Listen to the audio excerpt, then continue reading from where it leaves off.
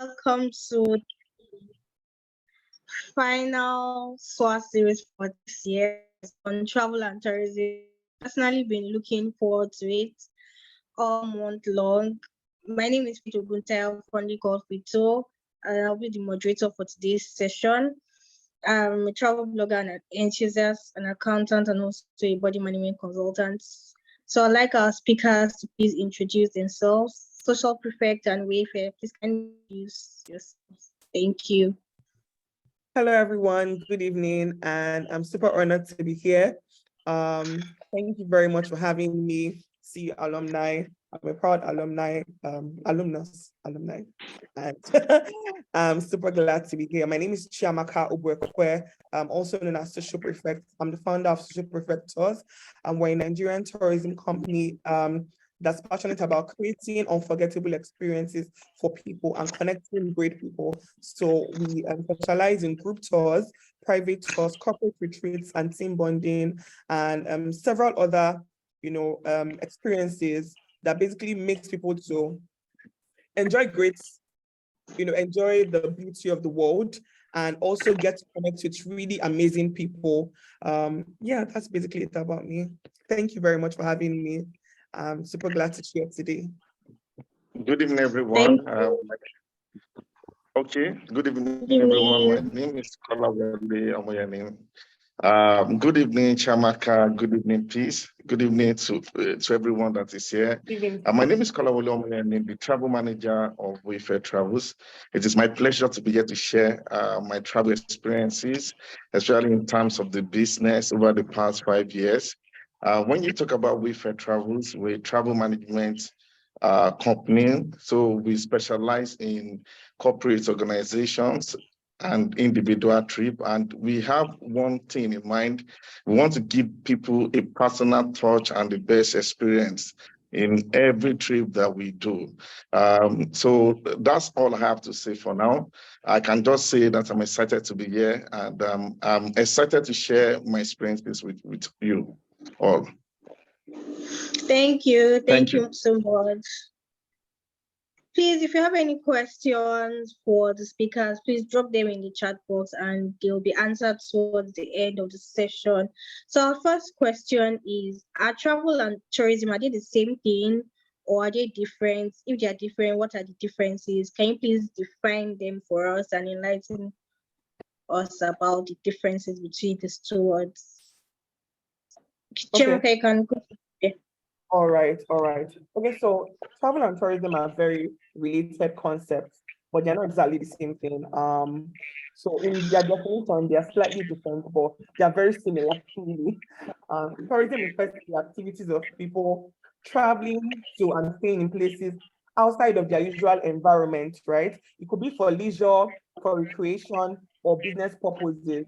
So it involves the movement of people from one place or the other, typically on overnight stays or like short-term visits. While travel, on the other hand, is the movement of people from one place to another, over a period of time, like a longer distance, really. And also, so travel is any movement from one place to another, while tourism is more focused on activities, right? So they are very similar, but different in concepts.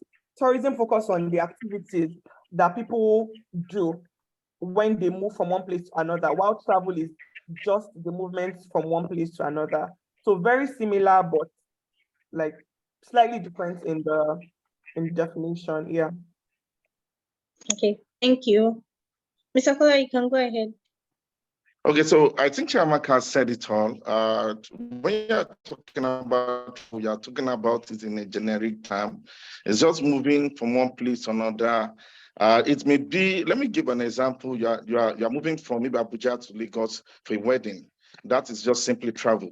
When you're talking about tourism, you are going to another destination, maybe from where you are moving to another destination, maybe for the purpose of recreation, it may be the purpose of business, and maybe the purpose of, it may be medical tourism in quotes. So that's just, it's something that you want to use interchangeably, but they are slightly different. So you can travel and not engage in the activity of tourism, but if you engage in the activity of tourism, you must travel. I hope I have not confused us. Yeah. So you can travel without tourism, but if you go for tourism, then travel has to take place. So it's almost similar, but not the same. Very true. Yeah. All right, thank you very much. Our next question. What would you advise our audience to consider building a career or business in the travel and tourism sector? Okay. All right. So there's so many reasons why I would advise our listeners today to build a career in travel and tourism. The travel and tourism industry is a very rewarding and fulfilling industry, right? So firstly, it's an industry that gives you the opportunity to, I'll start with this one because it's like my favorite, right? To make amazing memories. So you have opportunities to travel yourself. And I said I'll start with this one. I think I should have ended with this, but let me just start with it. So firstly, you have an opportunity to travel and also make great memories, meet amazing people, and to, basically explore the world around you. So whether you choose local tourism, you choose to explore local tourism, or whether international tourism, or any form of travel, or any form of tourism that you choose to go into, it's a great opportunity because it allows you to travel yourself and to also explore. But also, when it comes down to it, I think that the tourism industry is a growing industry. It's an industry that's constantly growing and renewing itself. It plays a significant role in the global economy. There are so many industries that are linked to the tourism industry, right? There's hospitality under tourism. Tourism and hospitality are linked. Then there's so many other sectors like the restaurant industry, hotels, I've mentioned that, logistics as well. So many industries are linked together to create the whole tourism industry. Tour guides are needed, several other aspects. So it's important, and there's so many opportunities, that avail itself in this industry. Then I'll say number two is the diverse job opportunities. So I am a tour operator. There are travel agents as well. Then you have tour guides. You have drivers that are in the tourism industry, and so many other opportunities for you to work in the tourism industry. So it's very important. Hospitality professionals, there are even Faith as an example. If you want to be a travel influencer or like even a travel blogger, there are those opportunities avail itself. So it is an industry with diverse job opportunities. So I've mentioned two now, or I think three.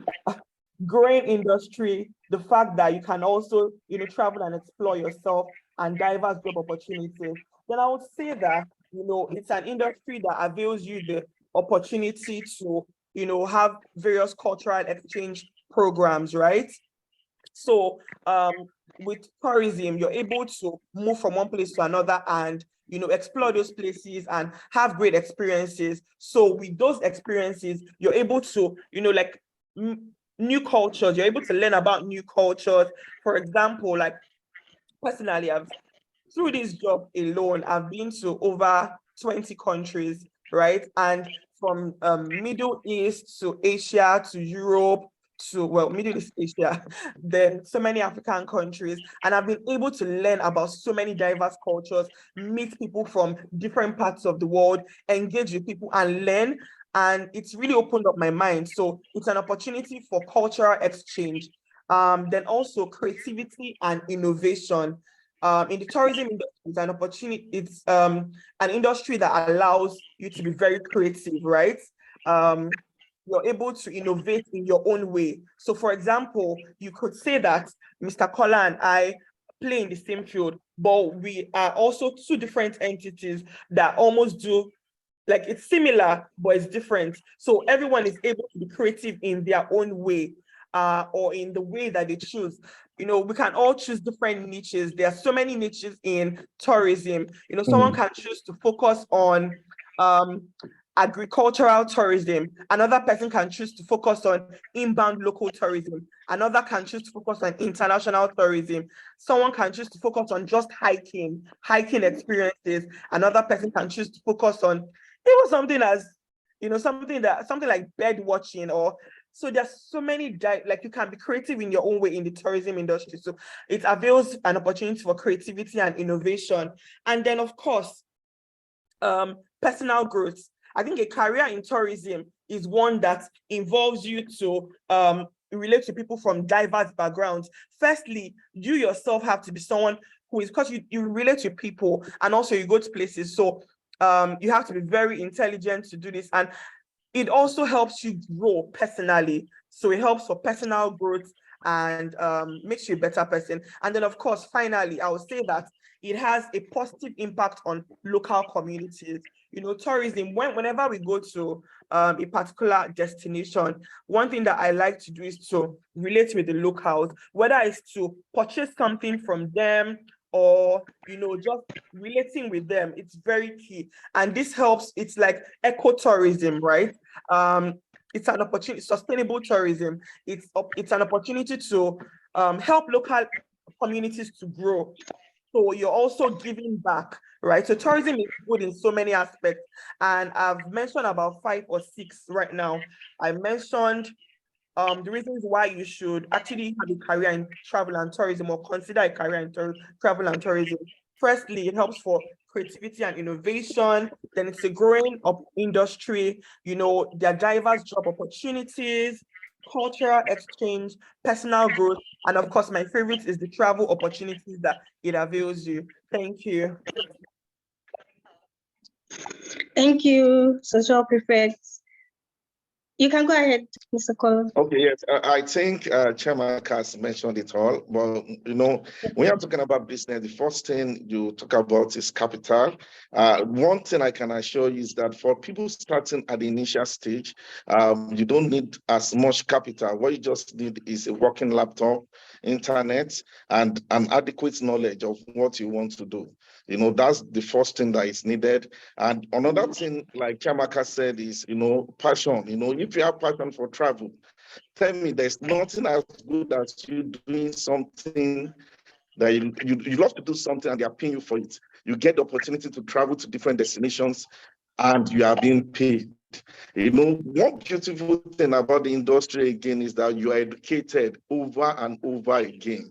When you go out to several countries, you meet different people's new cultures, you eat different kind of food that you have not taken before. You begin to adjust your, you know, there's some characters that you have in Nigeria as a Nigerian. When you go out there, you begin to adjust some of these characters. You know, it refines you as a person, because it gives you opportunity to meet new people, you know, and you are creating new bonds, new connections. There are, you know, the beauty of these things over the years, we have had customers that are like family now.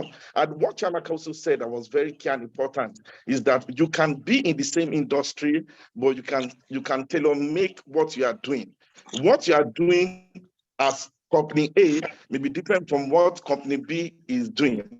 And some of you may be doing tour operator business and to be entirely different. So it gives you the opportunity to be creative and be innovative in offers, the value you want to give to clients out there. And, you know, like I said in the beginning, which everybody will have in their mind, okay, I want to go into the travel business and how do I go about it? And the beauty of it is that it's not like when we started. Now we have a lot of YouTube videos, lot of information, though some of them, the downside to it is that some of the information are not updated, but at least it gives you an idea of what to do. And like what Chiamaka said is that there are diverse opportunities. You can decide to go into study visa alone and say, okay, this is what I want to focus on. You can decide to go into medical tourism and say, okay, this is what you want to focus on. You can decide to go into school tourism. That, okay, you want to be taking school children locally to tour destinations in Nigeria. It may also be internationally outside the country. So there are several aspects that you can focus on and you will still be fulfilled within that space. So all I can say is that I'm just welcoming everyone to come in, because there is no other, I don't know about other industry, but for travel industry, you travel, you have fun, and you are paid while doing it. Thank you. Wow. Awesome. Thank you so much. Our next question is, tell us why and how you ventured into the tourism and travel industry. What have been your ups and downs so far? What are the challenges you face? What are some of the milestones you can share? Let us know. Thank you. Okay, do I start? Okay. Yeah, you can. Okay, awesome. So I ventured into travel and tourism. I won't say by happenstance, but so I love to explore, and like I'm very adventurous, and I basically started exploring places around me locally when I was working. This is after my NYC at my first job, right? I would take holidays, like the public holidays. I would take my leave days and weekends to explore places like Olumorok, Ibadan, different places. I think I remember my first leave and first time I went to Abuja. I didn't just go for going sake, I made sure that I explored some key destinations in Abuja for tourism purposes. And, anytime I got invited for a wedding, maybe in Ibadan or another state, I wouldn't just go there. I'll make sure that I wouldn't just go there for the wedding alone. I'll make sure that I also explore places around. So it was really, and this started about 9 years ago in 2014, right? So in then I decided to start a blog to document my journey going to these places locally. And then from the blog, I started having people ask me, and then also on social media, ask if they could join me to some places that I was going to. And I said, oh, damn, this is a thing. People actually want to explore places. Some people don't know that places like this exist in Nigeria. Like I'd been to Ikogosi Warm Springs, Erin Jesha Waterfalls. I'd been to Idonre Hills, Olumorok, been to several places around Nigeria. And some people had never heard of those places before. Obunike Cave, so many places. And it was like, wow, I didn't know that this place was in Nigeria. So I knew that there was actually a problem, or like, a problem with like awareness of local tourism. And there was also a thing where some people wanted, to join other people, like several solo travelers wanting to come together to join like a group travel experience. And there wasn't really anyone providing that, right? So I now decided to just start in, I think 2015, we launched a trip, and it was just a very, it was just a vacation to Lekki Conservation Center. And I was even surprised, about 10 people showed up, and we didn't even put a price to it or anything. We're just testing out if people were going to come, because it was really random. It wasn't even my friends that asked to join, but was on social media. Then the next one was to Takwabe Beach, and we had like 30 people. The next one was to Badagry, and this one, I think 60 something people. It was a massive event and experience, and people loved it. The feedback was amazing, and it was just a successful one. So I now said, oh, okay, that means people are really looking for these opportunities to have group travel experiences. And that was how we started the company.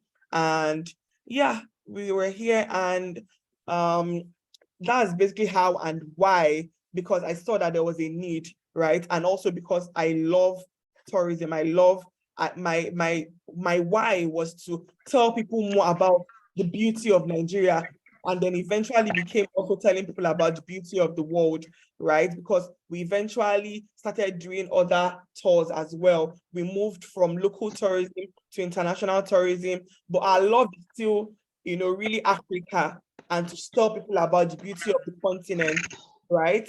Okay, so the up and downs and also some milestones. There've definitely been a lot of, milestones, and there have also been some downs in the course of my journey in the tourism. I think somebody's okay, it's gone down now. So I think in the course of my journey in the tourism industry in 8 years now, there have been ups and there have been downs. I'll share a few downs. Definitely, I think that there are challenges every day. I always say this, and I've even said it in one interview before. I think that was like one of the first interviews I ever had. Challenges are the bread of champions.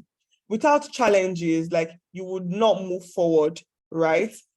A challenge helps you. That's why it's called a challenge. You scale over it, right? And then it helps you to know what to do better. So if anybody comes to us with like a feedback or something went wrong on a particular trip or something like that, I think we don't see it as a failure. We just see it as an opportunity to do better next time. So in this industry, I'll state some of the, I think one of the major challenges that I encounter right now that is still prevalent up to date, especially with international trips, would be, certain policies and also like things that affect Nigerians specifically, like the exchange rates is one major challenge. So the exchange, and I'm sure Pala can also attest to this too as well. The exchange rates that fluctuates a lot. This actually affects a lot of tour packages, right? But I wouldn't delve too deep into that. But that is one thing. And then also some certain policies that some countries have, like maybe some visa bans that have been placed on Nigeria. We laugh about this in tourism industry, but day by day, the list of countries that Nigerians can go to, whether visa-free, visa on arrival, or easy to get visas, keeps reducing. The latest one being Seychelles. But other than that, I think my love has always really been local tourism. And there's so many challenges when it comes to local tourism. First, the number one thing would be insecurity in Nigeria. And I will say this with being very careful, because there's no country that doesn't have something that's wrong with it, right? Yes, Chief Atabo said it.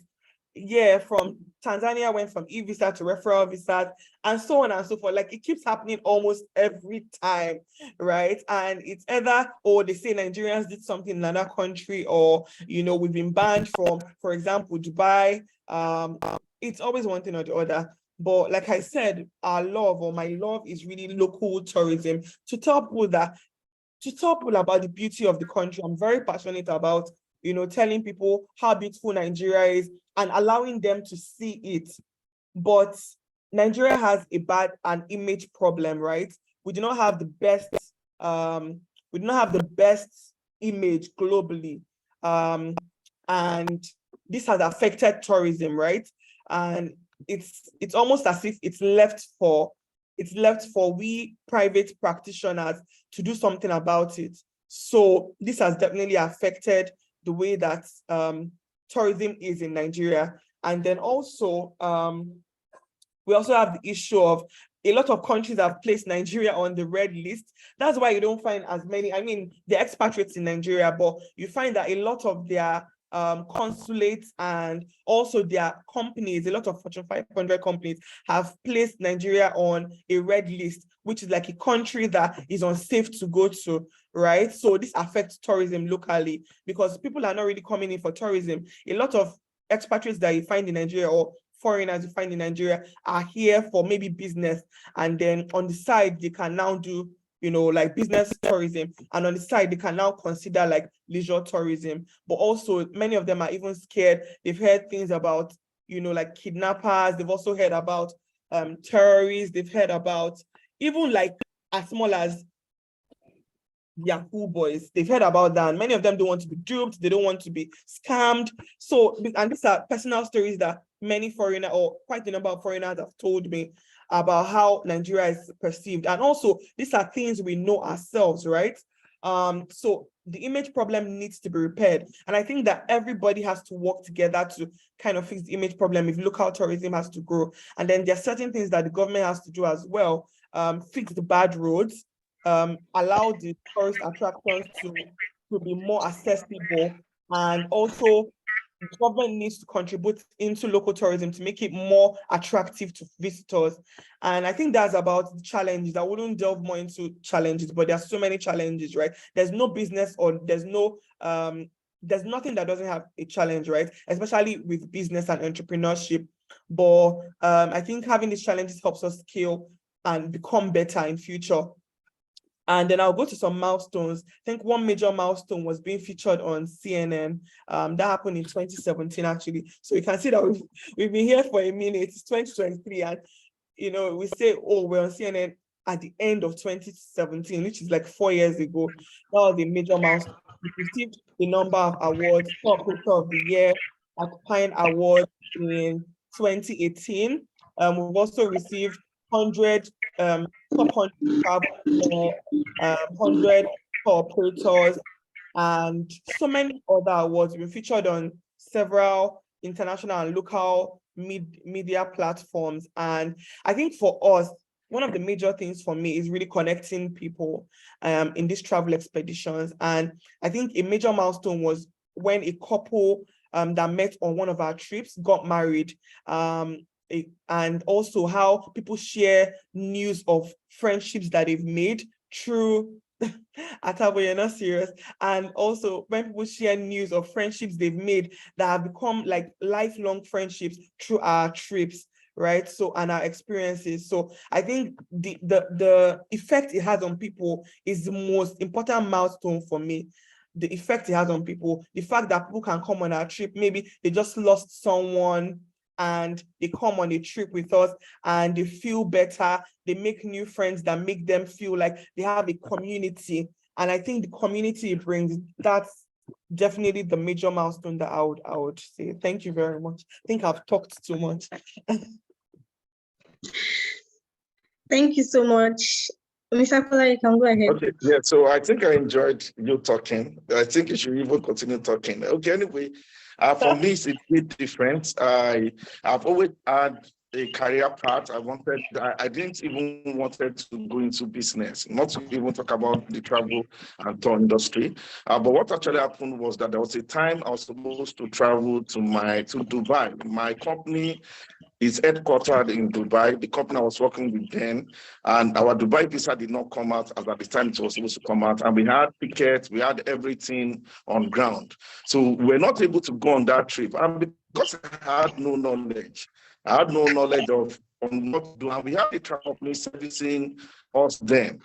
The person did not even tell me what I should do, understand? And I was trying to talk to the person, okay, I have this ticket, what do I need to do and all? Until the ticket expired, until the hotel voucher was cancelled and everything. So when I met with a friend, the friend told me that, you are JJC, you have tickets ready, you can always apply. What you need to do was to apply for another Dubai visa and everything will be fine. And to me, I felt so bad because I felt that was a service failure on the part of the travel company at the time.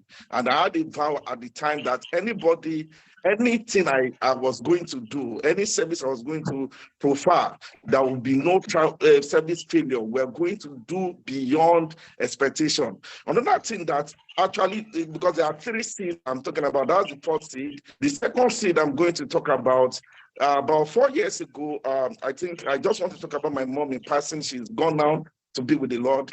I was in the hospital with her. I will not mention the hospital. It was a big, gigantic hospital. I think she had cancer and all that. And we needed an ambulance. We needed to go for a test in a diagnostic center. And we're paying big money to this hospital. So when we wanted to request for an ambulance to take us to the diagnostic center for the test, the hospital were saying that we should bring a huge sum of money again. I said, okay, no problem.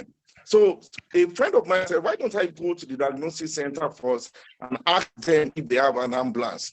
And I went to the diagnosis center. The test we were supposed to do in the diagnosis center was about maybe 100 thereabouts. So when we went to the diagnosis center gave us the ambulance for free. And it sowed a seed within me. And I was, because all we just wanted to do was test. And what we're paying the hospital was more. And the diagnostic center went beyond what they were normally supposed to do to give us an ambulance. And I told myself, in any service point, whenever people meet with us, we not only do what we want to offer you, we go beyond what we want to offer you and deliver that to you. In fact, we take it so passionate that it's not enough for you to enjoy our trips. If we were not satisfied that we have not done well, then we're not happy. We like to always go beyond what we have offered. So the 3rd seed, I don't know whether I should mention this here. The truth was that, like I said, my career path was never into business, was never into travel. But I was in, because I'm someone that I'm a believer, I like to do everything, connect with God. I was in a prayer meeting one day when I received the direction to go start a travel company. And I was giving some signs that they will make me know that, okay, fine, I'm calling you for this industry. I'm calling you for this business. And we started the company. I remember then one of the key things that God spoke to me. Sorry, I know this is not the setting, but I have to just tell you the truth. One of the key things God told me then was, okay, we're going to make transactions then in ₦1 million in quotes. That was about 5 years ago. I remember then we had the Davido transaction. They were going for an advert in UK, and we're the one that handled that. And I said, okay, fine. It means God is calling me for this thing and all. But after that, we began to enter one challenge, from one challenge to another. And it got to a point where at that time, I was still working. We were doing the travel company part-time. My wife was still working where she was working, because she was also working for a multinational company. So it got to a point where we needed to make a decision. Do we want to keep this travel business, or do we want it to forge ahead? And if we are going to make it forge ahead, one of us must resign. So it was either I or she that would resign, and we're doing well in our careers. I was almost getting promoted to the country lead of my multinational company. So we talked amongst ourselves, and we said, okay, the skill set that was needed at the time was with my wife, which is my partner. And we said, okay, fine, you know what, resign and go ahead and do this. And she resigned and joined the company. And since then, God has been helping us. After 2 years or so, I joined her. I left the job I was doing. I was country lead in a company. I left the multinational company and I joined her. And it has been wonderful. We had our challenges, because we had, like I said, there was nothing like we having an idea of the industry before we ventured into it. I remember when we ventured into it, the first thing we wanted to do was to seek knowledge.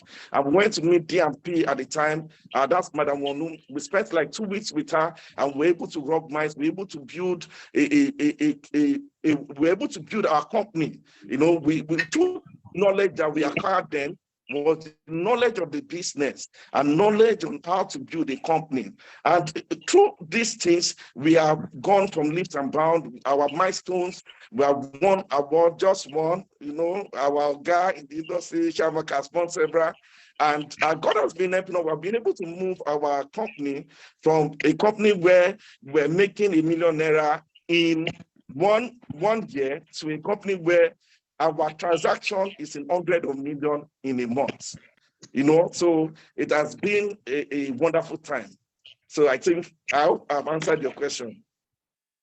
Yes, amazing. Thank you both so much. So quickly, we'll move to the next question.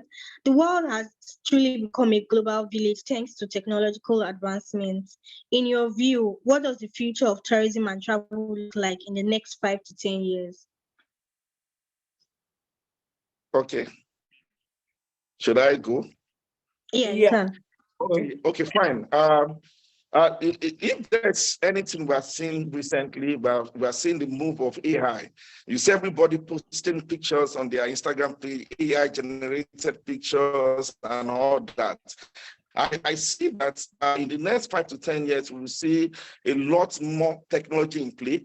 One key thing for travel or tour operators is that especially I know for Chiamaka too, that we are passionate about creating the best a travel package for our clients. The truth is that there's something that happened to Nigerians, like let me say, for instance, Dubai, for instance, everybody, for someone that has not traveled to Dubai before, the person has seen videos of Dubai, the person has seen pictures of Dubai, the person has been told about Dubai, the person assumes that he will like the experience of an holiday in Dubai. Now, this kind of person goes to Dubai and realizes that, oh, is this what they are saying about this country? Man, I did not enjoy myself. Now, I see in the next 5 to 10 years, we have software that are backed with AI that will pull in people's data, maybe through the social media platform, and maybe data that we input manually.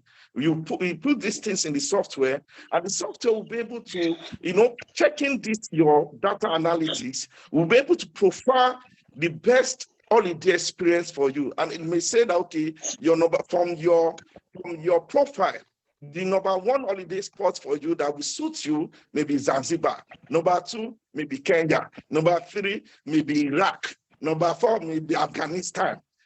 So it may be like that. It may be such software coming up in 5 to 10 years. Another thing we may see coming up again is immersive technology. We're talking about augmented reality and virtual reality, where, let me say an example of a destination, Lebanon. The first time I went to Lebanon, I was shocked. I just feel Lebanon is a country that is underrated. When you tell people Lebanon, they say, God forbid, I don't want to go to that country.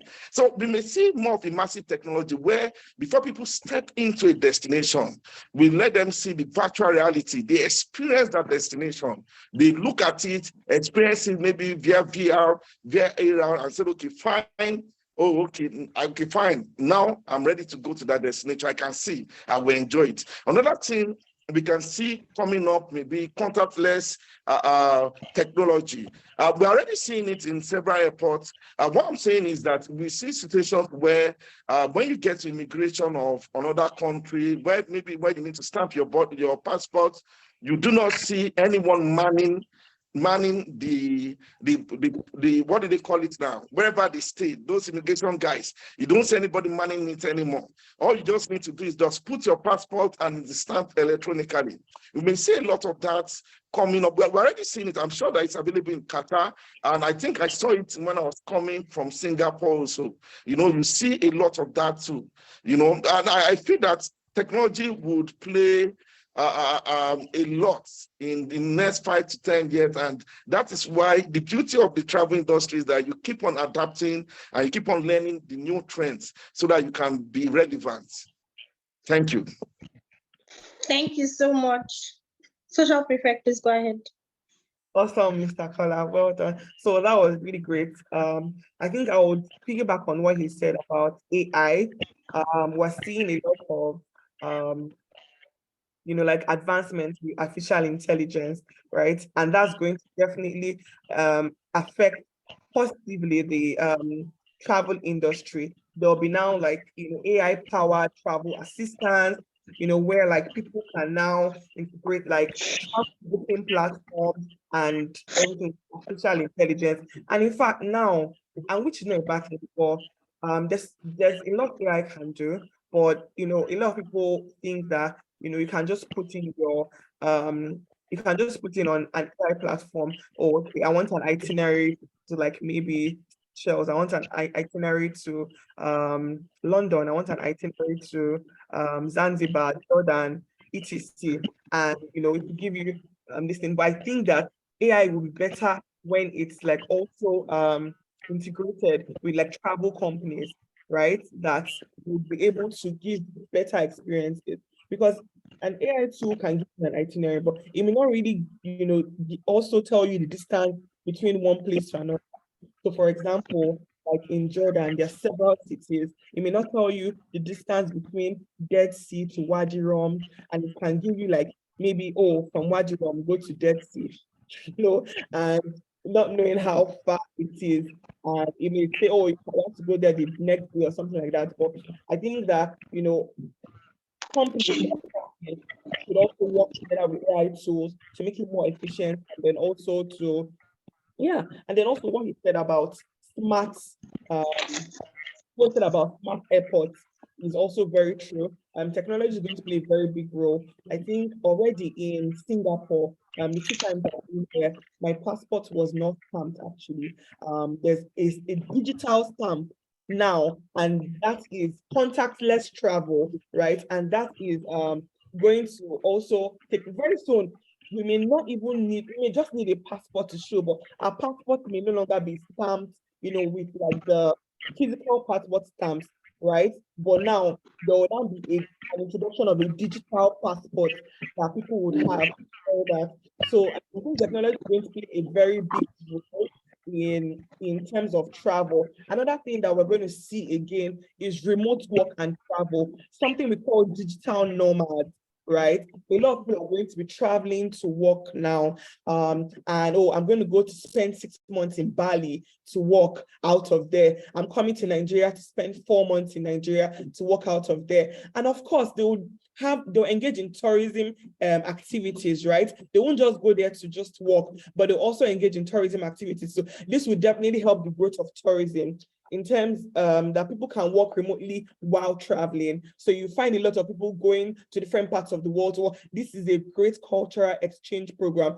And honestly, I think this is one of my favorite things when it comes to the future of travel. And I can't wait to see it happen. And you'll find people coming to us say, oh, can I go to work in Kenya for 4 months?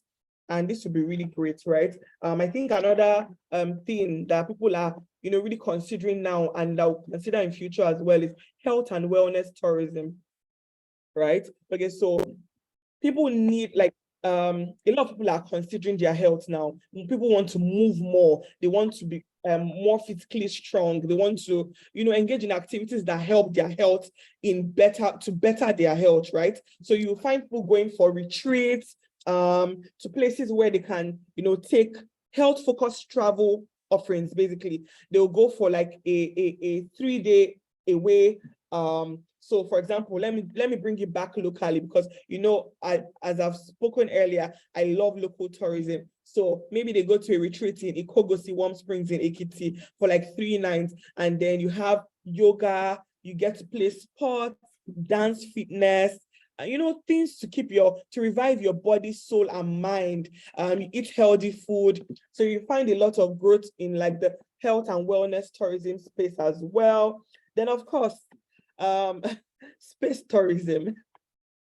Already you have the top players playing in this role in one way or the other. And I think that's going to increase as well. You find more people, offering, giving offerings for space tourism.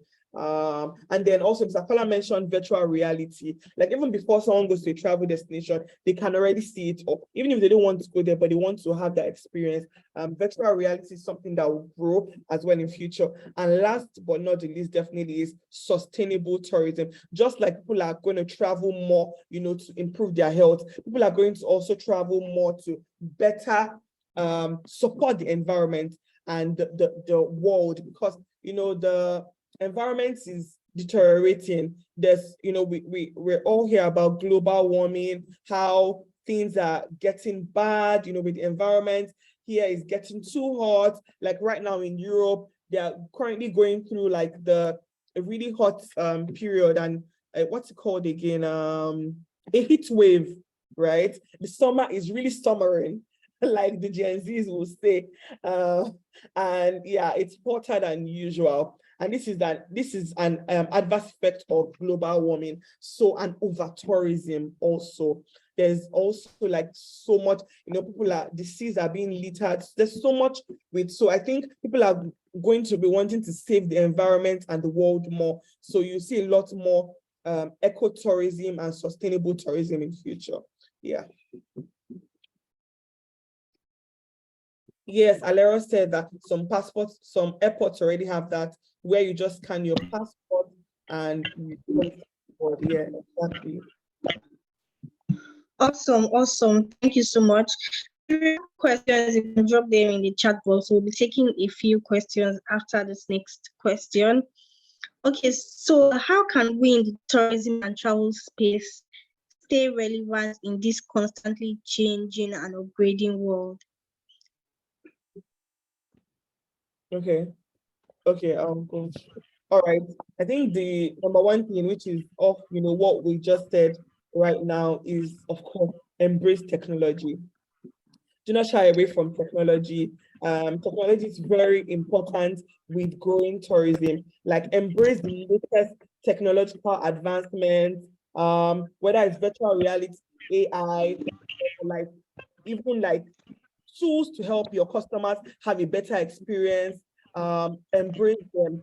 That would definitely help travel and tourism to stay relevant in the constantly changing world. If you don't embrace technology, you're only going backward. Imagine if you don't embrace the social media technology, like technology with the creative technology of social media, a lot of people will not even know that several places exist. I'm telling you, before Instagram, many people did not really know how other places really looked. Google could only do so much, and with people posting like their pictures on Google, blogs were limited, and then even the blogs do not have a lot of great search engine optimization to show, and even many people were not traveling as much, right? But now with the advent of Instagram, people are inspired to travel because of other people. I find a lot of people tell me that, oh, we went to this place, oh, it looks so nice, I really want to go. I went on a cruise earlier this year, and several, in fact, literally almost everybody was like, oh, they want to go on that cruise as well. It was fantastic. And that's because they saw me going there. So a lot of people have become travel influencers in their own right because, social media helps or helped, really, really helped growing tourism. So now we have to embrace the newer technological advancements like AI and virtual reality. And then, of course, another thing is prioritize sustainability. It's very important that we prioritize sustainability with like helping the environment, ensuring that, for example, if you go to a beach, you're not part of those that are littering. If you finish an event, make sure you clear the place in terms of like leaving it in how you met it before you got there. Like pick up the litters and just keep the environment clean, right? And then also do eco-friendly practices and just ensure that you're part of those that are creating a more sustainable world for us to live in. Because I believe that, well, I don't know how long we have more on Earth, like, how long the Earth will go, and I really don't want to get into that. Sorry for getting into that, but really, what I'm trying to say is that if the Earth is still to continue for as long as it will, we have to keep the Earth clean and safe. So sustainability is very important. And then, of course, we need to focus on personalization, right? We need to tailor the travel offerings to meet the customer's needs, right? People now want specific needs when they are traveling. We need to learn to listen to our customers and, give them what they really want in terms of, so for example, a customer may come to you that they want to go to, let me just give a wide example, right? Let me say Jordan, and they want a great experience there, or they're going for like maybe a 40th birthday and they want some specific needs. You have to now customize it. Don't give them a general travel plan. A lot of people use Dubai that way. So a lot of people go to Dubai and there are several must-dos in Dubai. Desert safari for sure, maybe the Pro Cruise and some other. But now you're listening to this customer, you like certain things. What does your customer like? Why would you give them a regular travel itinerary? You have to now focus on what your customer likes and give them that unique experience. So we need to focus on personalization. Then, of course, we need to enhance safety and hygiene measures. In a post-pandemic world, we need to make sure that our travel practices are more hygienic and that we're practicing safety methods for our clients and customers. And of course, we also need to collaborate more. We need to collaborate with other tourism businesses. We need to collaborate with local businesses. And we need to, collaboration would help us to reach more people. There may be people that you know that I don't know. There are people that I know that you do not know. There may be people that you want to reach and you want to serve. I think collaborating more and working, expanding your business, working with more people that have, other communities. For example, you can work with a finance community, you can work with a fashion community. Things like that would help you expand your reach more. And of course, last but not the least, is offer authentic experiences. When you offer authentic experiences, that differentiates you from other businesses. Thank you. Thank you so much. Please go ahead, Mr. Kola. Okay, basically, the truth is to stay relevant in the industry starts with you. How How adaptable are you? Because of course, the industry will keep on changing. We have to keep on learning. That's the truth. Keep on learning new technology, keep on learning and learn. You know, we have to invest so much. If we don't, we cannot overemphasize personal development. It is key because we are having, don't forget that our kind of industry is a knowledge-based industry where you have to keep on updating your knowledge or else you'll be outdated. Apart from keeping on updating your knowledge, one key thing that we're seeing in the industry right now is that the industry is choked. We are seeing a lot of travel company coming up. We have seen, like, for instance, if you are selling one destination, let me say Dubai, for instance, you can see like 30 or 50 travel company, almost the same date, selling that same destination. You are all vying for the same customer. Those customers, so it is quite difficult. And you see a lot of people that that are in the industry and they don't even have a touch of professionalism. It's important that you know that I keep on telling my team members that we're working together, for every chat that drops, we must reply in the next 5 minutes. Because for every chat that people are chatting us, they are chatting other 5 travel companies. So it's important for, as a travel business owner or operator, you have to be very professional on updating your knowledge, and you must be customer-centric at heart. It's important for you to take the feedback of customers, because don't forget, you have several competitors in the industry. So the best way is to ensure that the people that come to you, you give them the best of experience. You know, we have this thing we do in our company.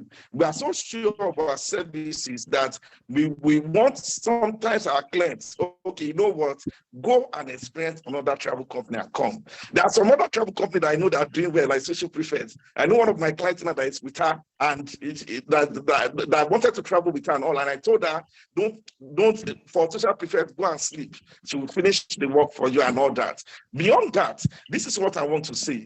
Chiamaka mentioned something at the very beginning. She spoke about innovation. And the truth is, in the travel business, in this travel space, there are a lot of travel companies. We have leaders in the industry, and these leaders are taking market share, a huge market share in the industry. Then how do you survive? When you have people, when you are talking about OTA, you are talking about some big travel company taking everything. So now that brings me to a point where you have to begin to think of how you can carve out a niche for yourself. Now, there was a time over the past 4 years, I want to share my personal experience with you. Over the past 4 years, I realized that we were in a space, we were in a circle, We realized that when a destination is popular, maybe when Dubai was closed, Egypt was popular, I realized that almost everybody were selling Egypt. Then after, when people stopped selling Egypt, maybe it was Lebanon that is popular. Almost everybody is selling Lebanon. Now, when we got to December, I told my partner and my team members, no, we have to stop. We cannot be selling things like that. We have to now look for, because if everybody is selling the same destination, how do we make money? How do we make huge money for ourselves? You know, so we have to begin to think on how we can innovate.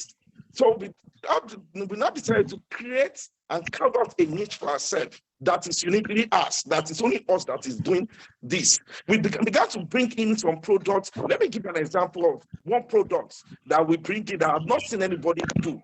Now, because when you begin to have feedback from customers, you begin to see, okay, this thing, nobody is doing it. Let me key into it. We realized as a team, that in terms of visa rejection, I'm talking about Schengen visa now. We realized that a lot of people were not, when they reject people for Schengen visa, a lot of people did not know they can appeal, and when they appeal, they can still get the visa again. And I saw that there was no product like that. I've not seen any product like that come on Instagram. We decided to now create a product where we're going to help you. We are going to help you appeal your rejected Schengen visa. Simple. We put the product at 100K, and we are saying that, okay, fine. When you come to us, for us to review your documents, you are going to pay a non-refundable 30K ahead. I'm just using that as an example. Non-refundable 30K ahead. So when you pay us the 30K ahead and you have checked your documents, we go ahead and help you appeal. You pay the 70K. So imagine we having 10 people paying for that product. We have ₦1 million. Imagine having, this is a market that is not saturated. So when I put that kind of advert online, you can be sure that I will have 30, 40 people paying me 100,000, multiply 40 by 100,000, you know, and we bring in this and we help them, we appeal for the visas. And some of them, not all of them, some of them that their visas were rejected, their visas became approved. That's just one that I want to give you away. So you have to now begin to innovate, begin to look out for products that you would offer that is not out there. When you begin, and that's what helped our business. I tell you the truth, before December last year, we were earning what we're earning in a year. From January, we started earning it in a month. One key thing is that we also have a foresight. I remember when they did Qatar World Cup in December, we knew that very soon Qatar government was going to open up if they did what they did. We knew they were going to open up. So we had planned a package, Qatar and Lebanon, from January. So as soon as Qatar opened up, we were not waiting for anybody. We were one of the first set of travel companies that brought out a package, Qatar and Lebanon. So by the time we brought out our package, we have sold our package, people have paid for our package, we have gotten the visas. By the time we have gotten the visas, the government closed the visa application for Nigerians. And we're able to go on that trip. So we thought of situations where we are leaders. And that's what I want to leave with us. If you want to stay relevant, you have to begin to think, how can I lead in the product I'm selling? That is why if you look forward, our Instagram page, you don't just see us selling. We don't just sell anyhow. We don't sell because other people are selling. No, we think this product we're bringing in, how can we be leaders in this product? How can we serve this niche of customers that people are not serving? And I feel if you can begin to think that way, you will surely stay relevant even to the future. Thank you.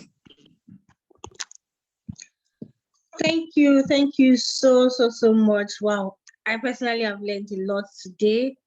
Thank you. So I'm seeing a question here. I think we'll just quickly take two questions. The first one, I think Mr. Kola can answer one, and then Social Prefect can answer one. The first question I have here is, how can the travel and tourism boards in a country regulate travel agents in the country to reduce the scam rates? Hello? Can you come again? How can travel and tourism boards in a country regulate travel agents to reduce the scam rates in the country? I think that question is not for us to understand. It's not, we do not, sincerely speaking, you cannot control the attitude of people. You cannot control whether people will do this or do that. Understand? I think that question is not really meant for us per se. That's not the truth. All we can do is to ensure, like when we go out, we are good ambassadors of our country. That's all I think we can do. You know, you see situations when people go out, they begin to talk down on Nigeria. No, we begin to say the good things about Nigeria. We are good ambassadors. We are saying, we are influencing Nigerians in the right way. That's what I feel personally we can do. But apart from that, we cannot begin to control the behaviors of others. People that want to scam, they may do that. I just feel on our own side, we keep on saying good about Nigeria and keep on being good ambassadors. And I hope in the future, Nigeria will have a better image than what it is now. Amen. Yeah. They meant the scam rate in the travel industry. Okay, scam rate in the travel industry. Yeah. Okay, so like I said before, the truth is, I think that the travel, when you're talking about Nathan and the others, they need to be more strict with the people that come in. You see, a lot of people, the gate is wide open. You see a lot of people coming. They need to regulate it better, because you see a lot of people come into the industry, they open an Instagram page and they are selling, you know, and they are not even professional with what. And the truth is that some people, it's not that they want to scam. It's because they don't have adequate knowledge. They go and take a product from another travel company that they are not sure of. Like, for instance, they will say, okay, come and buy Schengen visa for 20 million naira or 10 million naira, and you pay for the 10 million naira, and the 10 million naira is gone. And the person you paid to said he has paid to someone else. You know, so I feel the regulatory board in Nigeria, the Tourism Association, Nathan, needs to do more in terms of regulatory. I don't know how they will do that, but well, that's what I think. I think they need to do more. And I think for the client side, I think you have to do due diligence. And you know, sometimes people that are scammed, they want to be scammed, because Nigerians don't like to be told the truth. You know, we had a customer that came to us, he wanted to do Schengen visa. So someone told him to pay 10 million naira. And I told him, for us, we don't do it. We do the right thing. We take you to the right process. Many Nigerians, I'm not generalizing now, some Nigerians don't want to go through the right process. So they are candidates of scammers. You know, they want shortcuts. They want to buy these things. They want to just submit their passport and visa will come in, and they are scammed. Why some, unfortunately, they didn't go through that, but they were scammed also. But it's important for us to do due diligence. Go for travel companies that have the track record. You know, go to Google review, check their Google review, check what they have done. Ask people that have traveled with them. And I feel that way you'll be able to reduce the people you do business with. I hope I've answered the question. Yeah. Thank you so much. Okay, final question will be taken. Someone is asking about how you deal with unstable rates. Like, there's always fluctuation in the currency rates. Like, how do you cope? How do you deal with it? Okay, so I mean, there are two ways that you can deal with this. I would say that the first rate is one that is not, so it's either not right or it's also not accepted by many, because this is Nigeria and our official currency is in Naira. So the thing is, the reason why we see prices in dollars is because we pay the international vendors, the hotels, and also the local tour operators and the tours, basically the logistics services. We pay them in USD. That's the universally accepted currency, right? So that's why sometimes you may see some top prices of some companies in dollars. However, a lot of people do not they do not like this, or they do not like seeing it. Also, it may also not be very legal to put prices in dollars. I stand to be corrected, right? So that's one challenge there. However, another way it can be resolved would be to, when you put out your prices, to also put that they are subject to change, which is the truth. And then, but that means you have to also constantly review your prices. Another thing to do would be, when you receive your payments in Naira, since you pay the vendors in USD, would be to go change the money daily. Although that may sound like an uphill task, but if you want to avoid, having to pay at a higher exchange rate when it's time, you have to change the money daily, or maybe twice a week, 3 times a week to what's it called, to USD, to avoid having to pay higher when it's time to pay your international travel vendors. I think that's one way to see it. But yeah. Thank you so much. Hopefully the Naira to dollar gets better. Yeah, we all really hope so. Yeah. Okay, so finally, please share your last words on your view on the future of tourism and travel generally. What other tips, advice, and nuggets would you like to share with everyone here? Quickly, in one minute, please. Let's okay. All right. But I would say that one very important thing that still that's very important and key is customer service.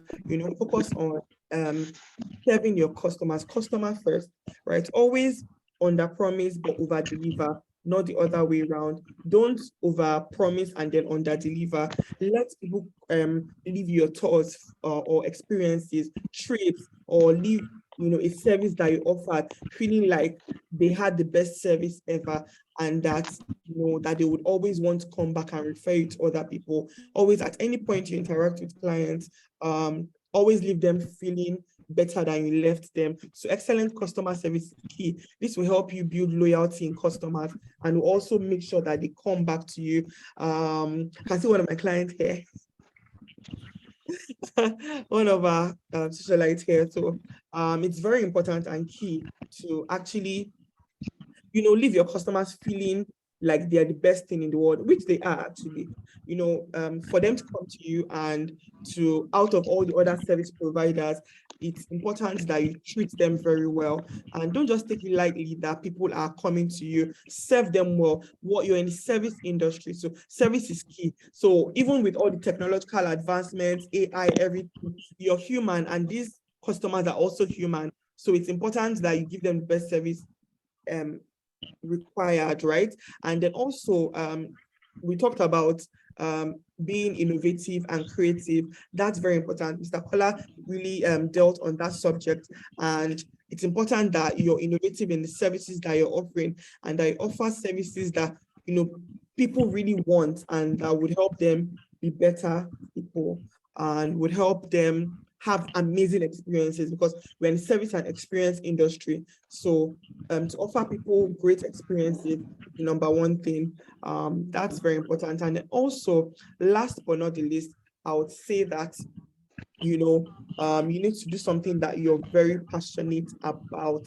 And apart from passion, also you need to learn and keep on developing yourself and your business. Constantly read about the current trends in your business, any form of business development you can do, take that. Any form of like personal development you can do personally, or business development, learn how to make your business better, learn how to serve your customers better, how to have better customer service. Just keep on learning and keep on improving yourself daily. Thank you. That's all I'll say. Thank you. Mr. Kola, Okay. will be fair to from you. Thank you very much. Like what Chiamaka said, I would just put one or two things to it. Number one is personal touch. There must be personal touch. Don't forget, what we sell is fun. When there is a service failure, the fun is no more there. Understand? There must always be you putting personal touch in what you do. But I strongly believe, apart from saying that, I strongly believe in educating yourself. One thing we see in a lot in the travel company industry is that you see people that have been in the travel industry for 3-4 years, and they are still the only person in doing what they are doing. Then where's the opportunity for growth? Because you begin to have a foresight that, okay, you are going to be having more customers, and it gets to a point where you cannot serve all of them, even though you have a heart for service. When before you were able to serve 20 customers, now because you are good, you are serving like 300 customers. But because it's only you that is doing this, you see that, oh, you are having service failure here, service failure there. So one key thing I always say is that you have to learn to build a company, an organization. It is key and important. And when we started, even though we did not have all the money in the world, we decided to go rent an apartment. We were only 2. That's what we're doing until we grew to the numbers that we have grown. Until you are able to duplicate yourself. It's not only you. Until you can say that, okay, I'm going to sleep at home for 1 month, and your business is still going on, then you have started. We have to learn to create great teams that have a customer-centric approach as their mindset. And like I said before, you have to carve out a niche for yourself. And the only way you can, it's not about you, don't forget, it's about the customers. The only way you can carve out a niche for yourself is you begin to take note of what your customer likes and where people have not really said, then you begin to set them at that point. And when you begin to set them at that point, you see, you begin to be smiling to the back more than you are smiling. Thank you very much for this opportunity. I appreciate it. Thank you. Thank you so much to our two speakers. I've personally learned a lot, and I'm sure we've all learned a lot and enjoyed today's session. For me, in addition to all that has been said, I'll say do a lot of research. Yeah, do a lot of research and start from where you are, because I saw a question about like money, funds not being enough, how to save. Start from where you are. You can be exploring within your locality, and then from there you can scale up. Okay, so I'll be handing over to the VP Corporate Communications to round off the session. Thank you all for joining and being part of the session.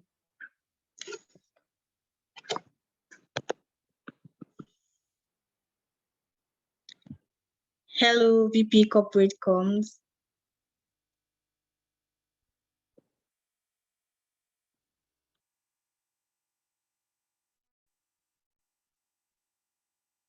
I think she's frozen.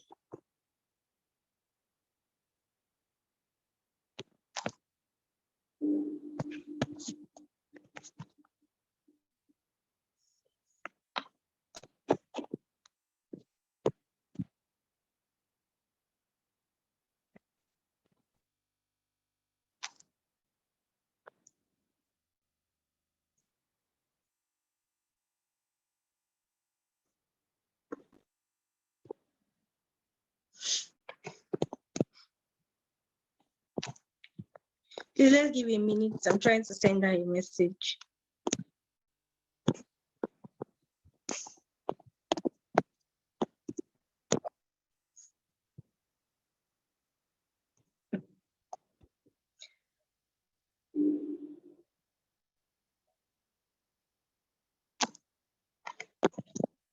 While we wait, if there's any other question or anything that wants to be shared, you can quickly do that.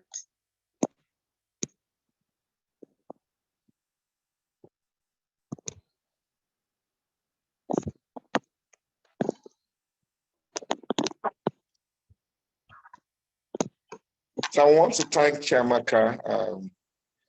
I think she's part of for dropping my name. I'm the shy type, you know. So I like to be under that. I like to not. I just like to stay. I'm introverted. I just like to stay in my own lane.